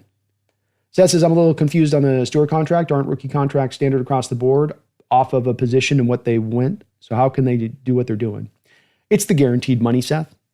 And so what's happened is that you've had, this started out originally with the CBA when they locked in the first round contracts, second round, third round contracts, right? When they slotted all the pricing in there, what you'd be giving these guys. Then that removed from the agents any motivation to try to get more money. There's no more money to get in these deals. Here's what you're going to get. That's the total money. So the agents then turn their eye towards how do I then get more guaranteed money? How do I get more of this contract to be absolutely assured it's going to be in my player's pocket, even if they get injured, career-ending injury in their first year of their career? How do I do that? Because if I can do that, that gives me a separator from other agents. That gives me something that I can give and I can bring that this guy can't bring, so you should sign with me instead. So agents started to drive hard into getting these deals guaranteed. And this came up a couple of years ago, Seth. Remember the Devin Witherspoon contract and Witherspoon's rookie deal? And he had to wait, I think, a week to come into camp because they couldn't get the guaranteed language down right. It's that same kind of thing. So the Bengals are sort of going, we don't want to do this new order of business where you have to guarantee these deals. And that's tough because, like you said, every other NFL team does it. Every other team has been like, all right, we'll do this. Because the NFL teams, and they kind of realize, I think, on their side of this is that the CBA took these guys that are drafted high, and you used to be drafted high into the old CBA, and you'd get a big old contract. If you were taking top 6, you might be the highest paid player at your position immediately walking in the door. So that got taken away, and this is the agent's ability to get a little bit more back for these rookie players coming in. But the Bengals don't want to do the dance. Doesn't mean it's right that they don't, though. I think they're stupid. Alpha sucks at mock drafts. I would pay Mafe $15 million per year right now. Going above that would have me thinking about it a lot more. I think that's fair, Alpha. And maybe there's a way to get a deal done here with it to where, look, you want to go through and you have this great year and maybe you'll make more than $20 million. But it's a little bit like the Cal Raleigh deal. Do you want to maybe get a little bit of a bird in the hand now and get yourself with something in pocket now, and then you don't have to take the risk. You don't have to be, worried and one injury away from not being paid any money. And so maybe you can find a little bit of a happy place between the team and the player. He gets his extension and you don't have to break the bank to get it done. Maybe there's a way to get that done. It all kind of depends on what the player's, wanting, and if Mafe's driven a little bit more to try to max out what he can get, because he is a little bit of an older player. He's maybe not going to get that extra bite at the apple, contractually speaking, that third contract he can go and get, big payday wise, that this one's got to be kind of it. Hard to say. Nick says, I truly can't imagine where the Bengals would be right now if Burrow didn't fall into their laps. It would be dark. It would be dark, Nick. And that's what did happen, is Burrow saved their happy asses in a major way. But that organization needs to sell the team. I don't understand the thinking of, I'm going to buy any organization in any sport. I really don't get this. Where I want to go be a baseball owner. I want to go be a basketball owner. But then I don't have money. Like, you're kind of going to have money if you want to go buy the team. You buying the team and then pulling your pockets inside out and then shrugging and going, I'm all out of money. I don't have any money. I don't have money. It lands so hollow. And it's like, just sell the team then. You don't get the right to own a team then. You don't have the money to pay for salaries, then you don't own the team anymore. Go sell them. Go give it to somebody who is actually able and willing to do it. Stimpy, how you doing, man? It's good to see you in the house, brother. Good to see you in the house. Hope you're doing well. Seth says, got it. Do they have a leg to stand on, though, when it's never done that way? Confusing. They have a leg to stand on in the respect of they have, negotiations are always about leverage. And you have technically leverage over Shamar Stewart to where you can say, we have your rights for a year. Do you really want to sit out for a year? Players don't tend to want to do that. That tends to be a heavy amount of leverage that you can throw over the top of them to prevent them from thinking that that's truly an option. But they lose that leverage, obviously, if he does engage that. You lose a first-round pick for nothing. So it does become a little bit of a game of chicken here, Seth. I mean, technically, can they demand that they have to guarantee the money? No, they can't. But the agent can also say, I hear Bengals, here's 31 other first-round contracts in the contractual language and the guaranteed money in all of these 31 other deals. Here's your deal, which is the one that looks completely different from these other 31 deals. So why are we wrong? And they're not. Alpha Sexted Mox, I would give Mafe like 465 backloaded and give him around 45 million guaranteed so we can get out of it after year 3, or re-up and move the expensive last year forward so you can get out of it down the road. I like it. Sign me up either way on that one, Alpha. Sign me up either way. Kind of like you said, just 15 is the market. I don't want to go over that top where he's at right now then. That's your ceiling. That's as high as we're going to go. However we back, front load, whatever we do with the deal, that's got to be locked kind of in. I don't want to go above that. Nick, one aspect with Woolen, I assume Pete would want him, and we might be bidding against him, the Raiders, in a sense. Marshawn was saying Pete wanted more of his guys in his Vegas podcast. Very possible. And we saw with Geno, he got plucked and pulled over there last year. I'm sure you're going to see more. That does tend to be the modus operandi when you have a coach who is coming back to coach with a new organization and he just was coaching in a different organization. There's a lot of models of those guys trickling on over there. So I would expect that you're going to get a couple of those tricklers to carol over the next couple of years. And it wouldn't shock me if one was one of them. Definitely. Certainly is the type of corner he tends to like. Big, long, ball skills, can take the ball away. Phoebe, you see the Gary Payton interview where the Thunder has offered to retire his jersey, but he won't do that to Seattle fans? I did see that, yeah. I'm glad that he's doing it. I think Sean Kemp said the same thing, and nor should they. They shouldn't. I don't know why Oklahoma City had to take our history with them. I don't understand why you would do that.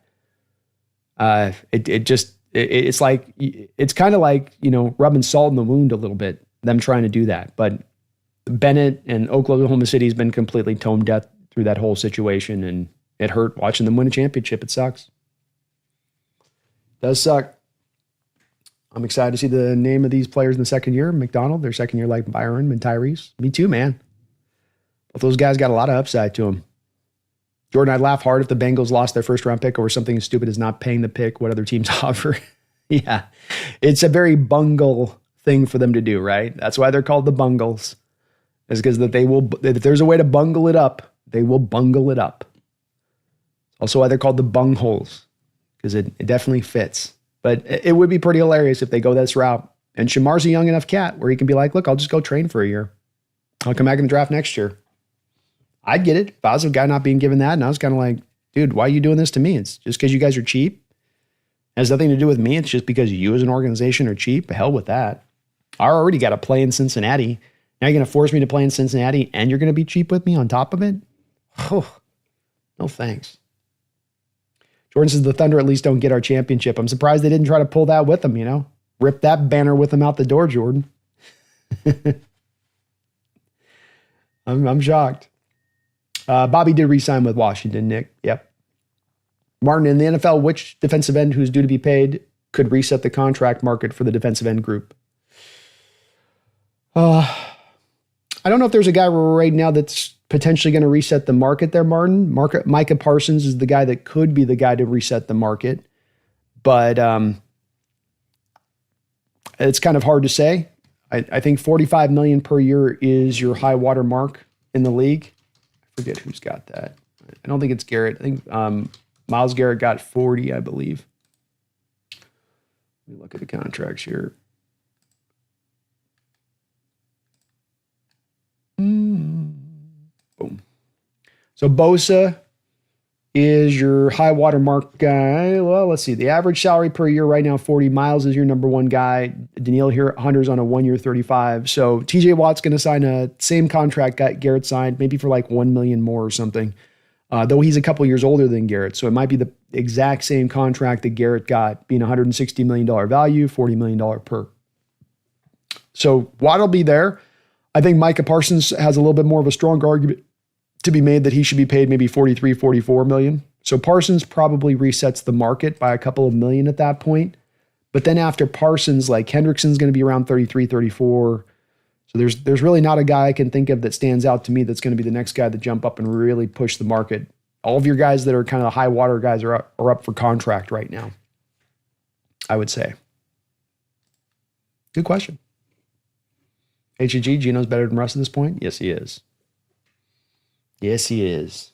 Alpha, I would answer every question wrong. Yeah, Alpha's got it. Micah Parsons up for an extension. Yeah, I think he'll get 44, 45, Martin. I think he'll pull in that. Seth B, what would you do with our remaining cap?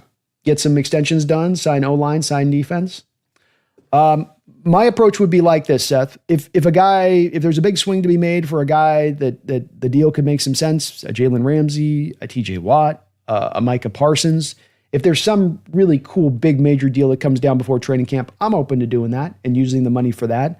I think that there's not a high likelihood of that. So if we were just to kind of play it by the way that it would seem to be heading in this direction of, I would get Charles Cross onto a contract extension. I would be waiting with the rest of the guys, though, Seth. I don't think that there's a big issue in waiting at this point. I don't think that there's a significant discount that you're going to get with Boye Mafe or Witherspoon or Walker. And I don't think you want to even give Walker a contract with where he's been recently. So I would really be in more of a wait-and-see approach on this upcoming season, Seth. I think that there's a very wide variance of potentialities for your Seattle Seahawks in 2025, and that it's both on the good and the bad side. It can kind of go either direction of it. And so with that, I don't think you want to make a lot of moves for the future right now, not sure of exactly how things are going to fully shake out. And what I would really like to do in looking at it, Seth, is to have that eye towards the trade deadline, that you're not likely to find the big deal here prior to the season. You sign the one guy to an extension in Cross. You've signed Dixon to the extension. You're then going to be looking at walking into next offseason with Mafe, Woolen, and Walker as your main free agents to kind of have to pick through and decide upon. And I don't think that that's the worst way to go. I think you can still sign him after the season, / you have an ability to put a franchise tag on one of them if you have to really do it. So I would go that mood with it. And what I would go is then into the trade deadline, see if there's that where your team's at. If you're 4-2, you're 5-1, you're in that position of being a true contender, go make an aggressive deal. Go use some of that cap space to onboard a player at that point. But I also think, Seth, that there's nothing wrong with standing pat, letting the season play out, and look to really mainly roll that money over into next year's cap. Roll it on over. And take a little bit of the risk with a couple of these guys, because I don't think that there's a lot of guys that you're like, oh man, if we lose this guy, we're going to just be sunk for future years to come. I don't think it's the case. And I think on a couple of these guys in Mafe and Woolen, they've been good players, but for what they want to be paid, I need to see a little bit more. Because you're going to be asked to be paid a significant, tidy sum. But that'd be just kind of where I would stand on it. I like the thought process of being at the trade deadline, having the powder dry, and being able to make any move we want to make in the book, but we get to determine about where the team is actually at. Has the offensive line really been improved? Is Sam Darnold able to really build upon that 1 year that he's had of his pro career at Minnesota and replicate that? Is the defense going to be able to reach into becoming a dominant kind of shape and form of what they could be? I want to see a little bit of all of that kind of play out, before I make those kind of determinations. BBB, did you hear that Daniel Jones is winning over Anthony Richardson in Indianapolis for the starter role? I hadn't heard that, but I'm not shocked if that's the way that this plays out. Not because I think a lot of Daniel Jones, but because I just don't think Anthony Richardson has developed a whole hell of a lot. I think some of it is the Colts and the mistakes that they've made in developing him. Some of it is just the fact that Anthony maybe is just a guy that's never going to have that light bulb come on for him. But he's got brutal reps on tape. Brutal reps on tape where the accuracy is all over the place. He is spray and pray in a lot of respects, which is weird. It's like some of the deep stuff is where he's most accurate. He's kind of like sometimes a little bit like Milroe. It's like the deep stuff's where he's really good, but then you ask him on the short and the intermediate stuff to be accurate, to be pinpoint, to fit it in on time, and he'll struggle there. So I wouldn't be shocked if you end up seeing Daniel Jones running it, especially if the Colts lean back into run more of the Giants-like offense where it's a lot of read option to Jonathan Taylor and using Daniel Jones' legs and having him play within himself and just trying to kind of eke games out a little bit. I could see him going that route. Martin, I'm all for taking a swing if it's a signing that takes us from possible to genuine Super Bowl contender. Otherwise, I'm sitting tight to see how the season goes. How does JSN, Walker, et cetera look? Yeah, I'm in the same boat on it, Martin. I think that you're in a better state to just kind of let the thing kind of develop, let the flower grow, see how it's going to grow, and then make the determination a little bit down the line at that point. You have a young team, you have a lot of parts that you've assembled, you have the second year of this coach, you got a new offense that you're bringing in. There's some question marks here. And you just want those, I think, answered a little bit before you're going to make some of those moves, because you want to be sure when you make those moves. You don't want to make those moves when you kind of think you're here. You kind of think you could get there if you got this guy. You want to think, hey, I'm bringing this guy in and it's going to take us from here to there. But you know where you are here. You're not guessing about where you're already here, so that you know much better about where you're going to go to there. And I'd be in that same boat as well. Martin, aren't Walker and JSN due to their extensions next year? Walker, you could extend right now, Martin. He's gone through 3 years of his rookie deal. JSN has to get through his third year of his rookie deal before he'll be eligible for an extension. So yeah, you'll be signing Jackson Smith to a contract extension after this season, after he completes through the year. Old Greasy, with all the Ram hype, is really going to be nice to smoke the division. Let's go, Old Greasy. I can just see it, man. It would be very savoring to do it this season, that's for sure. Go Hawks, Stoney. Good to see you in the house, brother. Nick says JSN has 2 years left, but also a 5th-year option. He does, Nick, but mark my words on this with absolute, almost 100% certainty. JSN goes out and has another year like he did last year, this year, you're going to have him on a contract extension next offseason. You're not going to play him through his rookie years. This is also going to be a lot of the reason that I'm making such a strong prediction about Cross being extended before the start of training camp. John Schneider has a real modus operandi, a history with these kind of players that you've drafted in-house that have outperformed the rookie deal. And his mode is not to then try to squeeze out those extra years on that rookie deal of a first-round pick. His mode is going to be then to give them a contract extension if they've earned it. And both those guys have been in a position to earn it. So I'd expect that they get done. Or I'd expect JSN, not both, but JSN's earned it. I'd expect it to get done.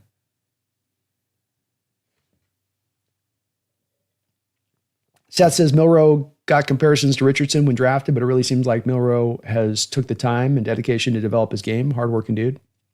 I think that's the place you do go to a bit, don't you? When it comes to Richardson, and you've been in the league for a couple of years and we've not seen you taking steps forward in your game. And you've got moments like you checking yourself off the football field because you don't seem to be in good enough shape within the middle of the game. Yeah, I think that there's definitely some question marks, I think, a little bit about Richardson's work ethic when this stuff doesn't come forward. There's certainly maybe those guys that are working their butt off and it just doesn't click. But I would tend to think that more often than not, if it's this kind of case and the guy just hasn't developed, it's that he just doesn't have the work ethic, and not everybody does. You pay guys multi-million-dollars. Some guys, shift into cruise control and they're like, I've done it. I've made it. I accomplished what I set out to accomplish. HHG, what NFL teams would be put through the jigsaw traps? I'd throw Dallas through it. That'd be fun to make Dallas do it. Jordan says, whatever Milroe can be, I believe he will be due to his work ethic. I love it, Jordan. And definitely if there is a guy that seems to be wired the right way, who's got a long way to come in his game, who's got a lot he's got to develop in his game. Milroe's got the work ethic to get it done, if it's possible to make it go by that way. And we're going to learn a lot. This is going to be a great case study for us, Jordan Milroe. Not on top of wanting to see him take these steps forward, it'll be a great case study to whether or not we have moved into an era in the NFL now to where there are quarterbacks that can be really raw and seem to have certain parts of their game that almost seem like they could be almost unfixable coming out of college. But with the advancements, with VR, with the heart, with the great work ethic, that these kind of players now can come forward. And then maybe if it was 1985, they couldn't come forward. If it was 1995, you couldn't bring that guy forward. But because now you have the methodologies in place to teach them and train them properly, you can take them in that direction. It's very possible, and I'm very open to it. I'm hopeful for it. And certainly if there's a guy that is wired with the right work ethic to get it done, Jalen Milroe is that guy.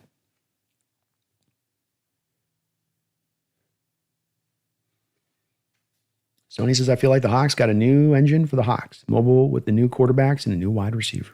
Let's go, Stoney. Let's go. Alva, what do you think JSN will garner if he has a great season? Think like 1,400 yards and 10 touchdowns? Not really. I think and not because he doesn't perform at the level to get that, Alpha. I think it just has to do with distribution. The West Coast offense in general tends to be one that's about distributing the ball to a variety of areas over the course of the game. You're peppering the ball every which way but loose. And so it's less about now highly targeting a player over and over and over and over again. And the other part of this is that you're going to run the ball and that you're going to be much more balanced. And a big part of JSN lighting up the yardage like he did last year and getting to where he got had to do with that you threw the ball 67% of the time. And that's going to go down by probably somewhere in the neighborhood of about 10%. And so less opportunities in the passing game in general because less attempts, and then more of a onus upon trying to work everybody within the context of the offense so the defenses can't key on some individual point of your offense. Agrees, isn't Jalen Milroe using that, the VR technique? He is. He is. And that could be the great equalizer on this, where there are those skills you could not advance in prior years because you could not get the reps on the player to advance them. And what VR does is it lets you rep out constantly. Rep, rep, rep, rep, rep. Where you think about old practices and, okay, maybe I've got 30 reps in this practice. I could do 30 reps before I get to breakfast with the VR machine. And can that be the thing, if you rep it out enough, if you work on it enough, that can advance you? I mean, it's the thing that has stood out to me with Jaden Daniels and watching him last year is there no way a rookie should look that comfortable as a rookie. There's no way they should be that in control. There's no way that they should have that many answers for what the defense is doing against them. They should be much more confused. And I just have to think with Jalen, he's credited as Jaden over and over again, the VR training, and that being a big part of what has been able to bring him forward as a player. And if it can work for him, why can't it work for Milroe?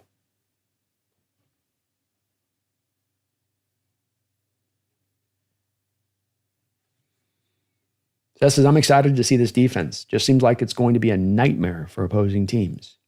Can't think of the last time that you returned this many starters from one year to the next.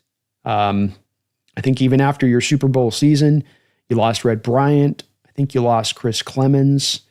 You lost one of your starting, quasi-starting line. Malcolm Smith, I think, left at that point in free agency. It wasn't that you had a lot, a Hugh Walter Thurman, it wasn't that you had like devastating losses. You kept your core guys and all that, but you did have losses. We lost nobody Draymond Jones, but you're returning all of your other 11 starters. Chenna Nwosu, Jaron Reed, Nick Emawari, DeMarcus Lawrence. I mean, it's a scary crew you got in place. It's got a lot of potential there, Seth. Beat I feel like the scheme helped the Rams, but do we think we have better pure football players on our D-line than the Rams? I do, but I think it's close. I think that that's where the Rams defense's strength lies to a large degree. Our strength lies throughout our whole defense and to a large degree. We're stout, I think, front to back.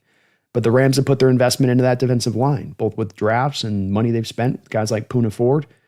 But I think it's close. I think it's pretty equivalent. Next is if Kupp can stay healthy, I can see a world where him and JSN go for 1,000 and 8 touchdowns each. Darnold seems to be vibing with both them. I could see it. Definitely possible.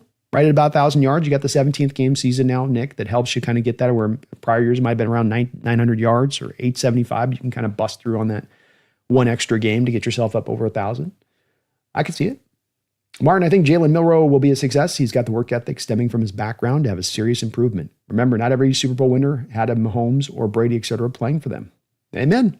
There's a lot of paths to get this done. I've banged on this drum for many years, where so many people get caught up on the quarterback having to be the essentially superhero.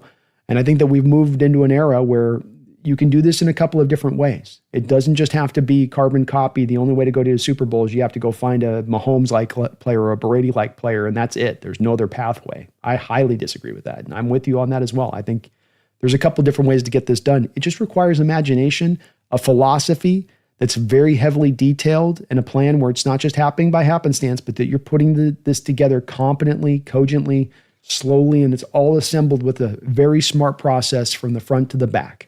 And that's how you can accomplish that without having to go just that route where the quarterback becomes the end-all, be-all. Still a very valuable part of your team and one that needs to carry the line, but doesn't have to be the end-all, be-all.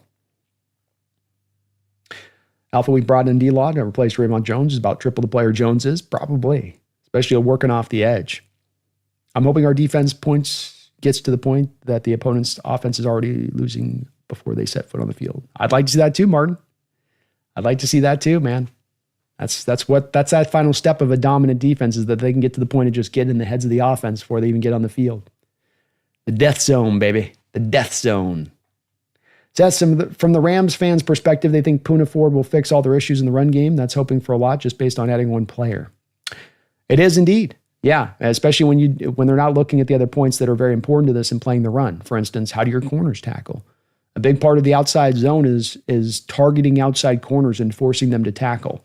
We'll bring down our receiver, and the receiver will pin his block on the safety, and we'll leave the corner on the outside uncovered. And what are you going to do? And with the Rams, they're going to have negatives out there at the corner position as far as tacklers go.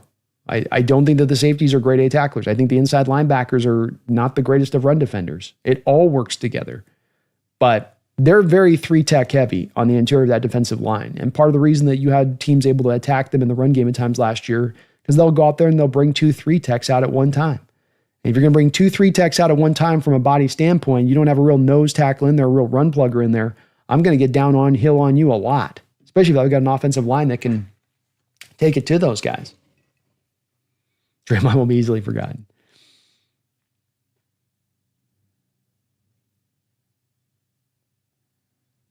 Femi said the last Super Bowl the Chiefs won wasn't even Mahomes. It was their defense that dominated the playoffs, even the Super Bowl against the Niners. That's right.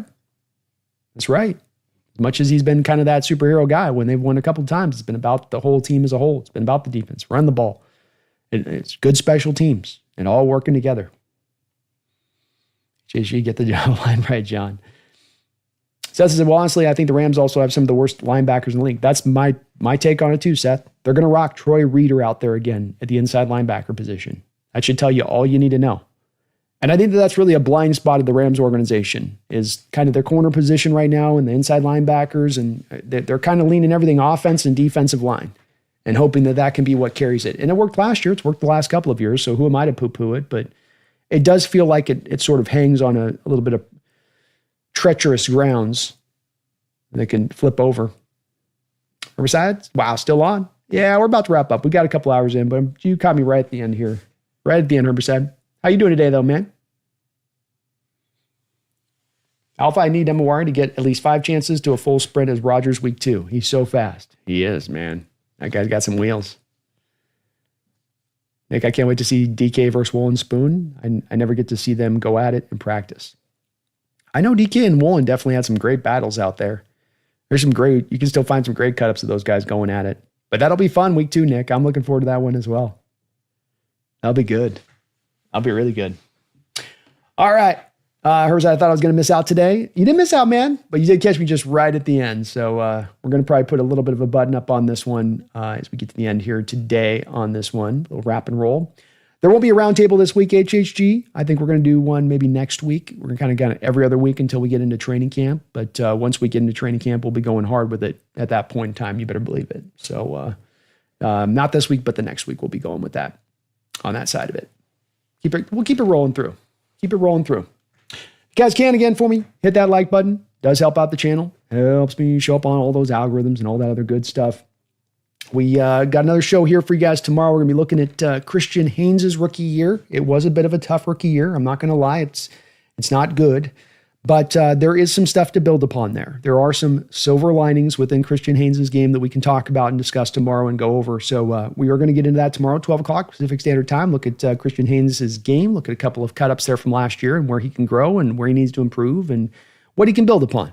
That's also there and exists within that. We're going to kind of run this over the next couple of weeks a little bit scattershot. So the daily shows will probably be kind of coming in a little bit in and out here as we're in really the true, what I would call full dead period of the off season, where we're not going to have any news coming along in early July. It's 4th of July.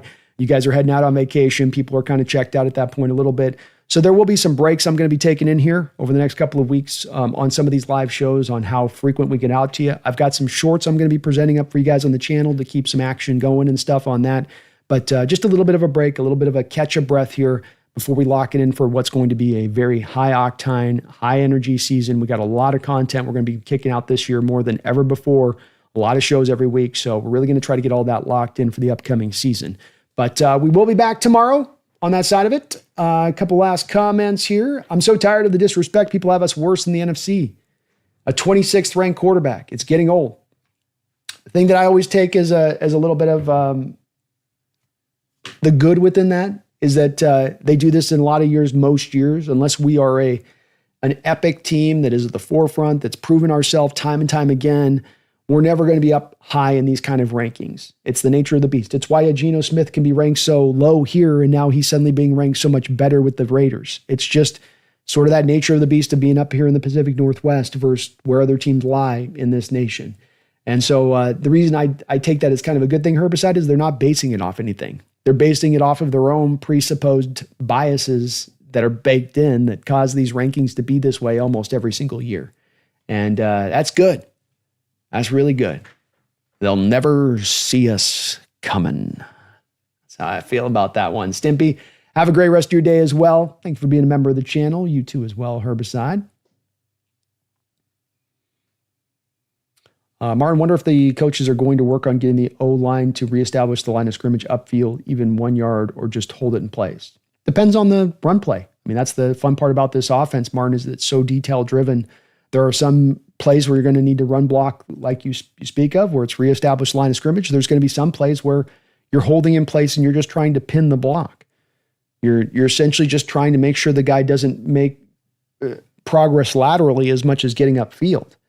And so that means that there's less than the onus on the offensive line to have to drive the guy off the ball and more of just control the block.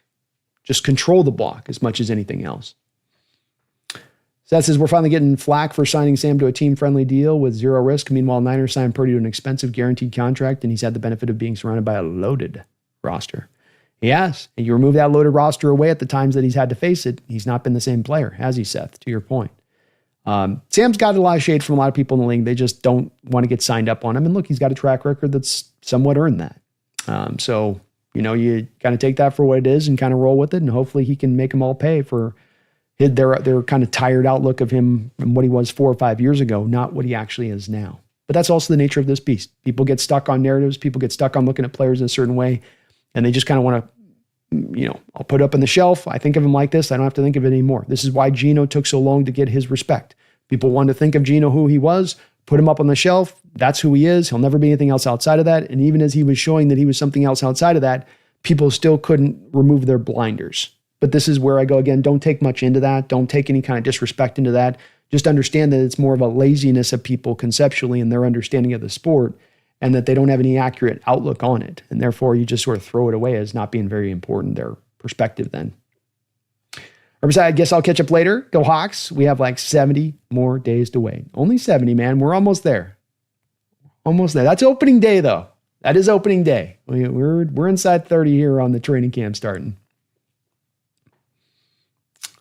But we'll be back tomorrow there, Herbicide. See if you can catch me around. I know I've been promising we'll do an evening show here eventually so we can get some folks that I think do struggle midday to get on the show to be able to get on more later on in the day. Maybe we'll do that tomorrow. I don't know. Keep you guys on your toes. Got to keep you on your toes over here on that side of it. Again, please do, if you can for me, hit that like button. Really, really, really do appreciate it. We'll be back here in less than 24 hours to take a look at Christian Haynes and a couple more shows on deck here in the near future. But until that time, I hope you guys are having a great day, a great summer, some great plans coming up for the 4th of July. And I hope you're ready. I hope you're ready for, as Herbicide's talked about, as a couple other folks have talked about in this chat, national perspective on your Seattle Seahawks team is you ain't going to do nothing. You got people in this NFC West roundtable watching Jesse last night, having us in 4th place behind the Cardinals. Everyone's selling on your Seahawks. Everyone's saying, no, we ain't got nothing with Sam Darnold. They don't got nothing there they can do. They ain't going to be nothing. Yeah, I hear all their empty talk. I hear all their hollow discussion. I hear all of their grand inquisitions about what we're going to be, but it's always seemingly based on not a lot of really looking in the team, just sort of a casual glance to what this team could be and their potential. And it's Seattle. We don't have to pay attention to them. Well, let them undersell us. Let them low ground us. Let them say that this is as far as we're going to go and we ain't going to get past that. Let Vegas put us at 7.5 wins on the season. Let them all put us in that little box and try to throw us up on that shelf. We're going to bang our way out of that box. We're going to show them where to make some noise this year. We're going to sell. We're going to build upon what we did last year with the 10 wins. We're going to go get in the playoffs this year. We're going to go make some noise in this NFC and this NFC West. So even though they're underselling us, just understand they're not basing it on a whole hell of a lot.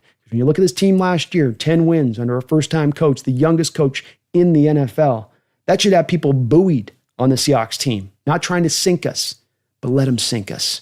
It's going to be all that much more sweeter when they get it wrong. So don't you forget, my fellow Seahawks fans, dream big this upcoming season. It ain't about rebuilding. We did that 3 years ago. We're rising right now. We're rising high. And we might just take the top off this damn thing yet.